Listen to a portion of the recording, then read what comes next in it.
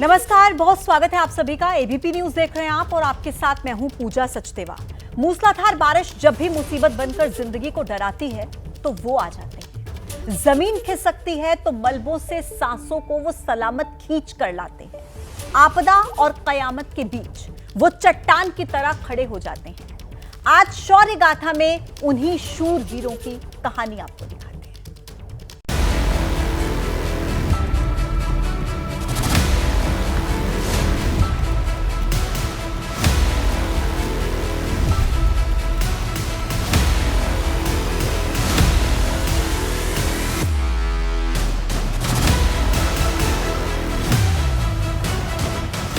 कुदरत से भिड़ जाने वाले फरिश्ते चुनौती को रौंद देते, खतरों से नहीं डरते। हमारी टीमें मुस्तैद हैं क्योंकि हमारा काम ही ये है, इसीलिए इस बल का गठन इसीलिए हुआ था। और हमारा जो मोटो है आपदा सेवा सदैव सर्वत, उसके लिए हम मोटो के हिसाब से हम काम कर रहे हैं और करते हैं।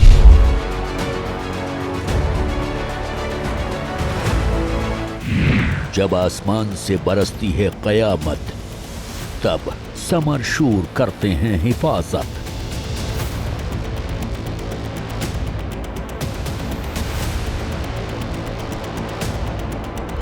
पहली रात जिस दिन आपदा आई थी उसके नेक्स्ट डे वाली रात में उन्हें हम ऊपर से ले आए, जहां से लैंडस्लाइड हो रहा था उसके ऊपर के पोर्शन से ले आए। उसके बाद हमने रस्सी बांध के उस नीचे के रास्ते से लोगों को ले आए, जिनकी संख्या करीब 4000 थी, जो नीचे के रास्ते से हम ले आए। जो लोग केदारनाथ में फंसे थे, मौसम की खराबी के कारण वहां चॉपर नहीं उतर पा रहा था, वो जब नीचे आए तो चीड़वासा से हमने उनको सुरक्षित स्थान पर पहुंचाया। हमारे सारे जवान जो हमारी टीमें लगी थी उनकी कुल संख्या लगभग 80 थी और 2 टीमें हमने रिजर्व के लिए भी रखी थी।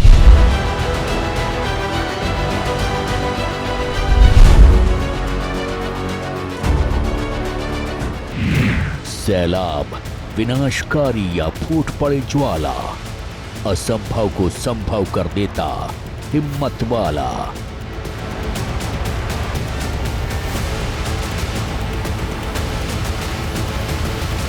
एनडीआरएफ और एसडीआरएफ के जवान जो हैं एक बार फिर से रेस्क्यू ऑपरेशन में जुट गए हैं। ये तस्वीरें देखिए, एनडीआरएफ के जवान जो हैं वो अब उस तरफ बढ़ रहे हैं जिस तरफ रेस्क्यू ऑपरेशन किया जा रहा है। लोगों को निकालने का काम किया जा रहा है। रस्सियों के सहारे लोगों को लगातार 5-6 दिन से निकालने का काम किया गया। सैकड़ों हजारों लोगों को निकाला गया और ये सुबह की तस्वीरें आप देख रहे हैं कि किस तरीके से तमाम जो एनडीआरएफ के जवान हैं वो इस वक्त नीचे नदी के किनारे उस तरफ जाते हुए जहां पर सेना ने एक टेम्परेरी ब्रिज भी तैयार किया है। मौत से टकराकर जिंदगी बचाने का वादा, रेस्पॉन्स फोर्स की शौर्य गाथा।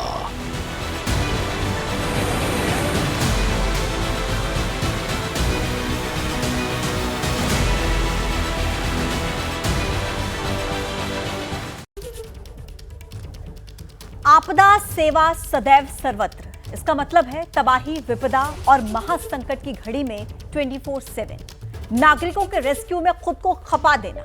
और इन शब्दों को जीते हैं एनडीआरएफ के जवान। एनडीआरएफ यानी कि नेशनल डिजास्टर रिस्पांस फोर्स। अक्सर आप टीवी में देखते हैं, खबरों में सुनते हैं, अखबारों में पढ़ते हैं कि एनडीआरएफ ने रेस्क्यू ऑन कर दिया या फिर एनडीआरएफ के जवान हादसे वाली जगह पर पहुंच गए हैं। आज शौर्य गाथा का ये स्पेशल एपिसोड इन्हीं जवानों को समर्पित है।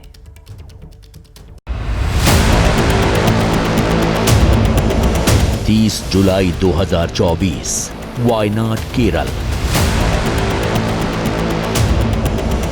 सिर्फ 48 घंटे में 570 मिलीमीटर बारिश हो चुकी थी। केरल का एकमात्र पठारी इलाका होने की वजह से वायनाड में लैंडस्लाइड का खतरा तो रहता ही है, लेकिन 30 जुलाई की देर रात मिट्टी, पत्थर और पेड़ पौधों को एक साथ समेटकर महाविनाशक लैंडस्लाइड ने अटैक कर दिया।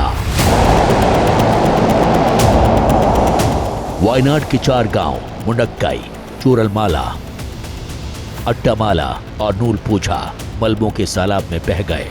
एक के बाद एक लैंडस्लाइड से हालात और बिगड़ गए। गांव के गांव दब गए। 57 मीटर प्रति सेकंड की रफ्तार से मलबा आया और सब कुछ तबाह कर गया। आर्मी, नेवी और एयरफोर्स के साथ साथ कोस्ट गार्ड को भी रेस्क्यू मिशन में जोड़ा गया। इन सभी सुपर सोल्जर्स के साथ एनडीआरएफ के जवान भी जान पर खेलकर रेस्क्यू को अंजाम दे रहे थे। आज जब वायनाड जिले के भूस्खलन से तबाह हुए इलाकों का दौरा प्रधानमंत्री कर रहे थे तो वो समझ रहे थे कि आपदा बहुत बड़ी थी और रिस्पॉन्स टीम ने गजब का काम किया।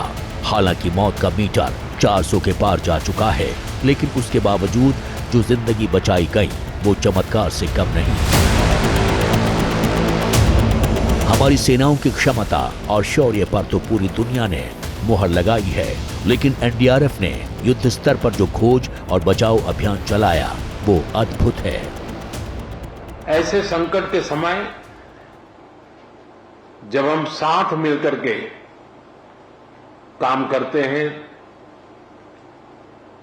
तो कितना उत्तम परिणाम मिलता है। उसी दिन सुबह ही मैंने माननीय मुख्यमंत्री जी से बात की थी और मैंने कहा था कि हम हर प्रकार की व्यवस्था को मोबिलाइज कर रहे हैं और जितना जल्दी पहुंच सकते हैं पहुंचते हैं। मैंने हमारे एमओएस को भी तुरंत यहां भेजा था,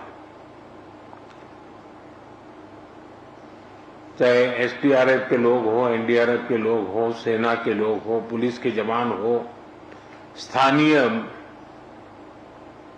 मेडिकल के लोग हो या यहाँ के एनजीओज हो, सेवाभावी संस्थाएं हो, हर कोई बिना रुके तुरंत ही आपदा प्रभावित लोगों की मदद के लिए पहुंचने का प्रयास किया। आखिर कौन है एनडीआरएफ और एसडीआरएफ के वो दिलेर जो कुदरत के कहर की फिक्र नहीं करते? उन्हें कयामत के साए में जिंदगी बचाने में माहिर क्यों माना जाता है? उनकी ट्रेनिंग कैसे होती है? वो फरिश्ते क्यों कहलाते हैं? ये सब बताएंगे, लेकिन उसके पहले देखिए एनडीआरएफ की बहादुरी के कुछ वीडियोस। 6 अगस्त को काशी विश्वनाथ के पास के इलाके में 2 मकान ढह गए थे। आधा दर्जन लोग घायल हो गए और एक महिला की मौत हो गई। एक मकान में मलबे के अंदर 4 लोग फंसे थे, दूसरे में 9 लोग फंसे थे। इनका बचना मुश्किल था, लेकिन इन्हें एनडीआरएफ और एसडीआरएफ ने बचा लिया। इससे पहले मंडी के थलटू खोड़ के पास राजमण गांव में जब बादल फटा था तब भी एनडीआरएफ ने ही मोर्चा संभाला और 10 लोगों की जान बचाई थी।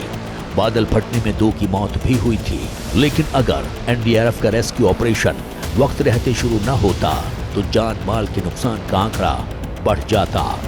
एनडीआरएफ एक सिविल संस्था है जो बेसिकली आर्मी और नेवी एयरफोर्स जो संस्थाएं थी पहले, जो डिजास्टर रिलीफ में आज भी जब बहुत ज़्यादा प्रॉब्लम होती है तो चूंकि इक्विपमेंट है, एयरक्राफ्ट हैं, हेलीकॉप्टर्स हैं, ये अभी डिफेंस फोर्सेस के पास हैं। एनडीआरएफ को एम्पावर किया जा रहा है, तो एनडीआरएफ के पास भी धीरे धीरे ये इक्विपमेंट दिए जा रहे हैं।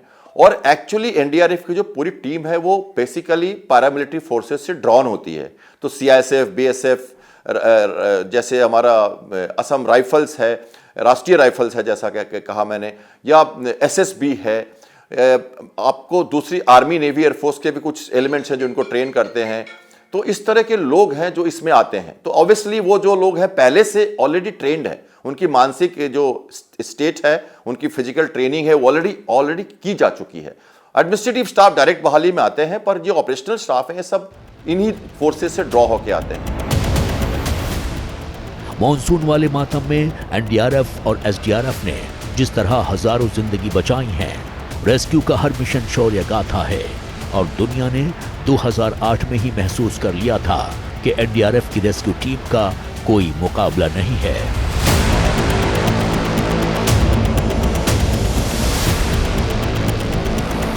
– 2008 में बिहार में कोसी नदी ने ऐसा उत्पात मचाया कि केंद्र सरकार को इसे राष्ट्रीय आपदा घोषित करना पड़ा।